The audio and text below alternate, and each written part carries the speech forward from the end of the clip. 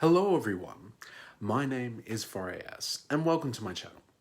Now, I have heard a very interesting discourse shift when talking to my friends and family, that the two main parties in Australian politics are the same, that the ALP will occupy the centre-right of the political spectrum and the Greens the centre-left, etc, etc. Rather than disputing these sentiments, I believe it's important to analyse where these views come from. This is where the analysis of the Underdog Socialist and Militant Particularism comes in, and will be the topic of today's video. If you're new here, this is a series of video essays where I cover political, economic, and revolutionary topics which are relevant to our time. I read the books, so you don't have to. In a world where money rules the land, there is one critique that is left unspoken.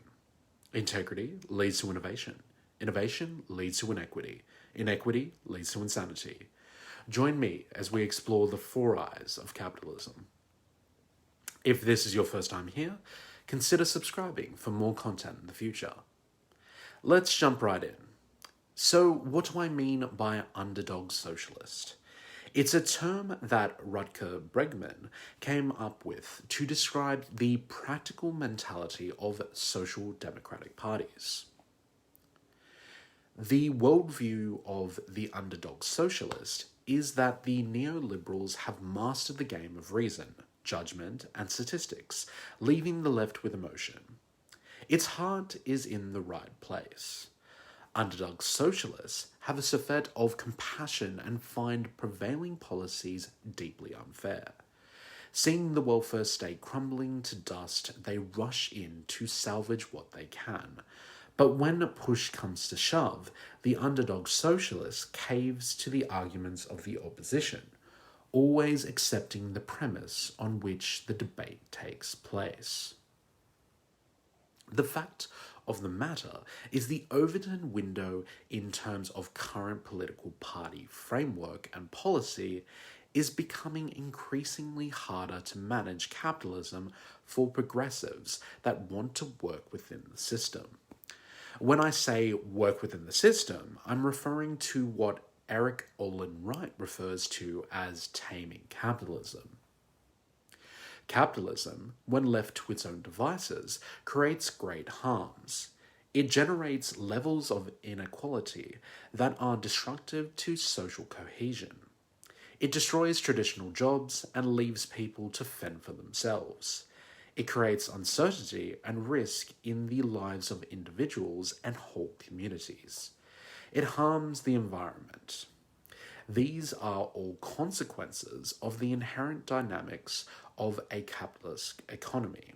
Nevertheless, it is possible to build counteracting institutions capable of significantly neutralizing these harms. Capitalism does not need to be left to its own devices. It can be tamed by well-crafted state policies. The capitalist class and its political allies will claim that the regulations and redistribution designed to neutralize these alleged harms of capitalism will destroy its dynamism, cripple competitiveness, and undermine incentives. Such arguments, however, are simply self-serving rationalizations for privilege and power. It's the last point about redistribution or the failure of the system I want to focus on next. The fact of the matter is that many political talking points are rank with econobabble. I have done a two-part video essay that covers what econobabble is, but to make a long story short, econobabble is economic speak which tries to conceal rather than reveal what's going on in the economy of a given country. Let's take the idea of the fallacy of composition. This is where a microeconomic problem is believed to be a macroeconomic problem as well, or vice versa. Say, for example, someone being unemployed is due to them not having the right skills and experience, compared to mass unemployment due to a recession. It would be folly to blame the workers in the latter scenario that they should get better better skills and experience, because the macro doesn't explain the micro explanation. Let's take the situation coming out of the pandemic in 2020 to 2021, where Australia was still under the Conservative Morrison government.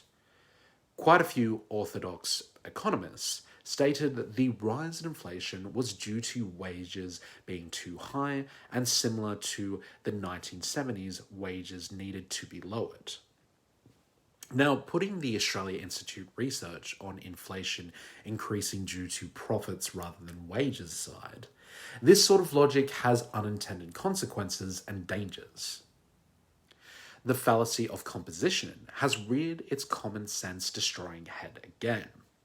What was true for one pub doesn't hold true for all pubs. In fact, it's possible that the general cut in wages might lead to an overall reduction in beer and food sales, and ultimately a reduction in the number of staff employed. Workers are customers as well, and this means that wages are not just a cost to business, but also an injection of demand into the economy. Blindly following ideology can therefore lead to unintended effects within the economy. Sure, the wages and profits situation is more clear-cut compared to most, but what neoliberal rhetoric boils down to is the applying of false equivalency. Say the typical guns or butter rhetoric. Either the government can afford guns to protect the nation, or butter, which is the social programs or the welfare state. But is it legitimate to ask, why not have both? Saying we can't afford to do something sounds a lot nicer than saying we don't want to do it. Imagine if a Prime Minister said, I don't want to improve the quality of aged care. I'd rather provide tax cuts to high-income earners. Those who want to invest more in public services must never accept the premise that the Australian government cannot afford to do something. Sure, what I am pointing out seems simple enough to spot, but not everything is so cut and dry. Sometimes housing gets caught up in rent control versus supply of public and private dwellings. Sometimes migration and jobs creation gets a little muddled as well. Sometimes you need to push back harder than during Parliament question time on Tuesday. Okay, maybe that last comment was a bit glib, but I think you get what I'm driving at.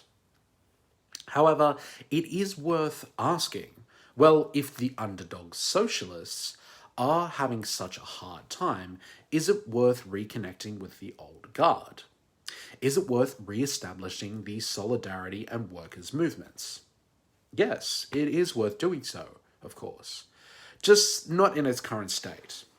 Even in a past video essay, I have covered the sorry state that unions and the workers' movement find themselves in a post-Reagan, post-Thatcher, and even a post-GFC and pandemic world. Mystery and myself have discussed quite a lot on the podcast. Check it out if you haven't, by the way.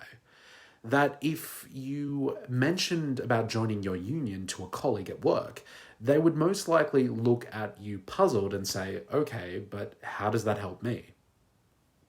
But that is a conversation for another time and place.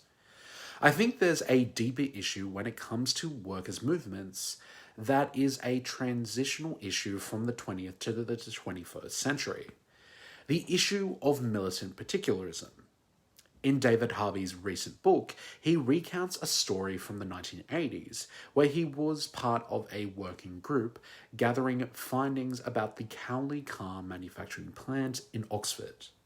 However, during his findings, along with the research group, Harvey discovered some mixed working conditions.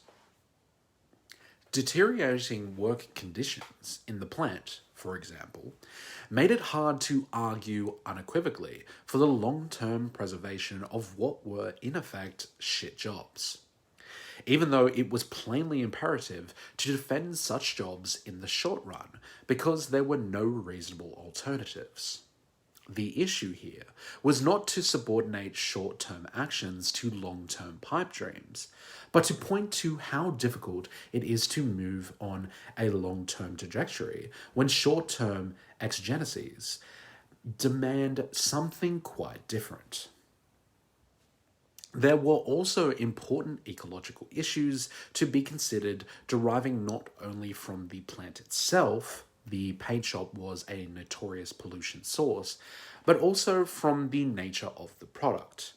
Making Rover cars for the ultra-rich, and so contributing to ecological degradation, hardly seemed a worthy long-term socialist objective. However, Harvey in 1989 was met with disdain and outbursts. A colleague on the project outright asked him where his loyalties lie, because the working group was, according to the colleague, with the militant shop stewards, and David should pull his head in. David Harvey even expresses regret of his conduct towards the working group and had good intentions. For the rest of the article, Harvey discusses the work of Raymond Williams, who was a novelist, much like Upton Sinclair or Yanis Varoufakis to a certain extent, who uses fiction to get across certain points about the world. For Raymond, it was about the dialectics of space and place within these old-school solidarity movements, whether it was community groups, community wealth-building projects, or unions. These were place-originating structures, and eventually, these place or community-based organizations would get abstracted into the space of the economy, the space of the environment, and this is where the problem lies. The move from tangible solidarities, understood as patterns of social life, organized in effective and knowable communities, to a more abstract set of conceptions that would have universal purchase, involves a move from one level of abstraction, attached to place, to another level of abstraction, capable of reaching out across space. And in that move, something was bound to be lost. Even the language changes, shifting from words like our community and our people in the coalfields to the organized working class, the proletariat, and the masses in the metropolis, where the abstractions are more hotly debated. In a post-neoliberal world where Thatcherism and Reaganism has completely decimated working class movements and unions, this sort of talking point makes sense. If the place and space structure is not evolving, then the idea of belonging or not belonging does creep into these spaces. This is where the idea of loyalties comes in. The question of loyalties is defined then by both the level and the kind of abstraction through which political questions are formulated. As an effective and emotive political force, loyalties always attached to certain definite structures of feeling. The richest characters in all of Williams' novels are precisely those who internalize different and conflicting loyalties to radically different structures of feelings. And it is no accident here that Williams turns to the novel form to explore the conflicts and tensions. Perhaps it might be best to describe the situation we find ourselves politically this way. After all, dialectically speaking, why is it bad that not only should the Cowley factory maintain jobs, but they are jobs environmentally and sustainable for the worker? Why should intersectionality be denied?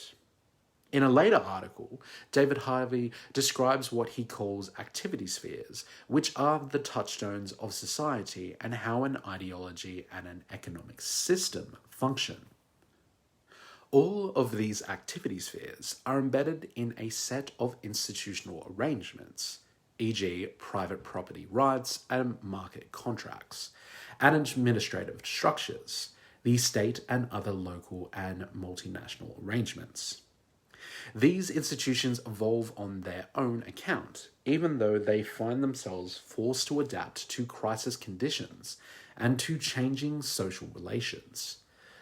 The way of thinking yields us 7 distinct activity spheres within the evolutionary trajectory of capitalism: technologies and organizational forms, social relations, institutional and administrative arrangements, product and labor processes, relations to nature, the reproduction of daily life and of the species, and mental conceptions of the world.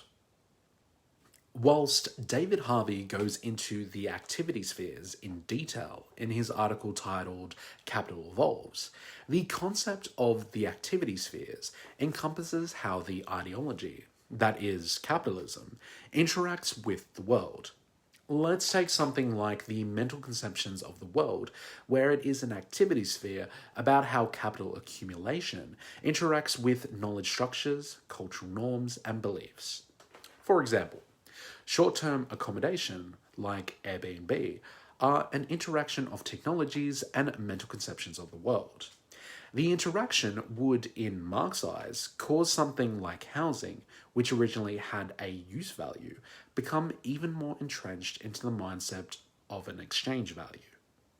The talking point of a housing crisis and the persistence of supply being the problem solver is due to we as a society insisting that housing as a use value, that is, housing to subsist a human existence, and as an exchange value of short-term housing, investment properties, and other influences, push it into the crisis reality.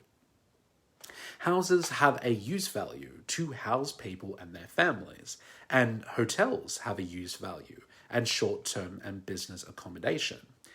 It begs the question as to whether the housing crisis persists if we adopt the use value over the exchange value idea. But I digress from the point. Capitalism has worked within these 7 activity spheres and adapted when one changes with society. The argument is not, therefore, that the 7 spheres should always be given equal weight, but that the dialectical tension within their uneven development should always be borne in mind. Capitalism did not supplant feudalism by way of some neat revolutionary transformation, resting on the forces mobilized within only one of these spheres. It had to grow within the indices of the old society, bit by bit, supplant it, sometimes through force, violence, predation, and sieges of assets, but at other times with guile and cunning. And this is what place-based solidarity movements have to confront. Previous socialist interpretations, like the Soviet Union experiment, weren't successful in taking and transforming these 7 activity spheres in a consistent vision. Perhaps one of the biggest failures of the past attempts to build socialism has been the reluctance to engage politically across all of these spheres and to let the dialectic between them open up possibilities rather than close them down. Revolutionary communism, particularly that of the Soviet sort, even more particularly after the period of revolutionary experimentation of the 1920s, was terminated by Stalin, who reduced the dialectic of relations between the spheres to a single-track program in which productive forces, technologies, were placed in the vanguard of change. This approach inevitably failed. It led to stasis, stagnant administrative and institutional arrangements, turned daily life into monotony, and the possibility to explore new social relations or mental conceptions. It paid no mind to the relation to nature with disastrous consequences. Lenin, of course, had no option except to strive to create communism on the basis of the configuration given by preceding order, part feudal, part capitalist. And from this standpoint, his embrace of the Fordist factory, its technologies, and organizational forms as a necessary step in the transition to communism is understandable. He plausibly argued that if the transition to socialism and then communism was to work, then it had to be initially on the basis of the most advanced technologies and organizational forms that capitalism had produced. But there was no conscious attempt, particularly after Stalin took over, to imagine and begin to move towards the construction of truly socialist, let alone communist, technologies and organizational forms. Now, I'm sure you're asking, well, 4AS, what is your solution to all of this? My honest answer is, I don't know. It is quite the contrary to consider. But what I can say is we are stuck between the militant particularist and the underdog socialist, both feeling justified in their stances of leftism. For starters, leftists have to master the art of implementing intersectionality in its politics. Not an easy feat. Having said that, I might leave you with a quote that may or may not be from Lenin. Depends who you believe on the internet. There are decades where nothing happens, and there are weeks where decades happen. I may not be a genius, but if we are able to reconcile this particularist and underdog dilemma, perhaps change is just around the corner. If you haven't already, like, share, and subscribe for more content in the future. And remember, folks, to keep thinking and keep learning. Goodbye till next time.